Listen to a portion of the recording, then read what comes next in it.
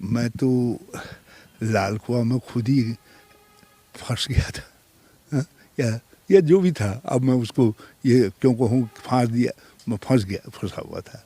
मुझको तो दूसरे दिन तब मालूम पड़ा कि ये ऐसा कोई बयान दिया गया है और अखबारों में उसकी बड़ी आलोचनाएं छपी हैं, जब वो सज्जन जो है मेरी बेटी के चुनाव क्षेत्र में पर्यवेक्षक बन करके पहुंच गए।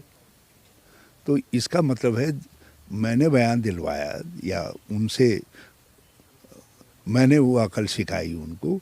यदि ये लोगों का कहना है तो ये भी कह दें कि अपनी बेटी को हराने के लिए भी हरीश रावत ने उसको वहाँ भेजा था करके। बहरहाल मैंने यूनिवर्सिटी वाला मामला, देखो ये कुछ नहीं है, ये तो कांग्रेसियों के आपस में नासमझी है। सत्यता ये है भाजपा ने गढ़ा था, हमने जो अपना चक्रव्यूह बना दिया था उसको भेदना भाजपा के लिए असंभव था। उत्तराखंडियत हमारी रक्षा कर रही थी, हमने उत्तराखंड के स्वाभिमान संस्कृति आदि का एक ऐसा अभेद चक्र बना दिया था।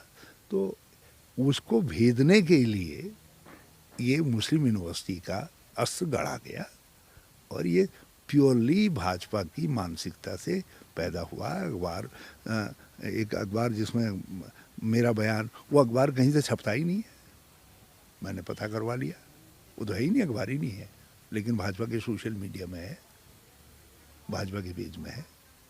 और उसको भाजपा के छोटे कार्यकर्ता से लेकर के प्रधानमंत्री तक ने उसको क्या इतना अकील, इतना बड़ा आदमी है कि अकील कि प्रधानमंत्री जी उसके बयान को कोट करे?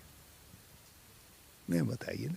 यदि अकील ने मांग कर दी, मैं कहता हूँ कितने मामलों को उठाते हैं प्रधानमंत्री जी ने, मुख्यमंत्री गणों ने, भाजपा के नेतृत्व ने, गृह मंत्री ने जगह जगह ताबड़तोड़ मीटिंगें करके उसको क्यों उठाया?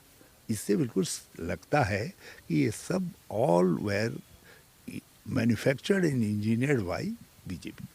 लेकिन सैंसपुर में जितना मैं जानता हूँ, आपके करीबी जिन लोगों को मैं जानता हूँ उनमें एक गुलजार मैं मानता हूँ, उनके अलावा राकेश नेगी जो युवा नेतृत्व है उनको जानता हूँ।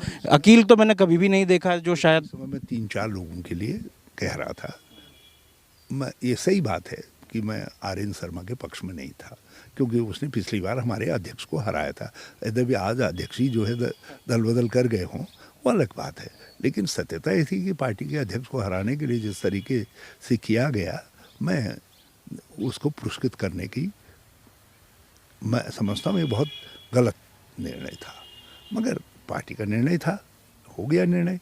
और मैं स्पष्ट तौर पर यदि गुलजार कोई बयान दे तो मैं उससे इनकार नहीं कर सकता। गुलजार जो है उसको कह सकते हैं लोग कि हरीश रावत है।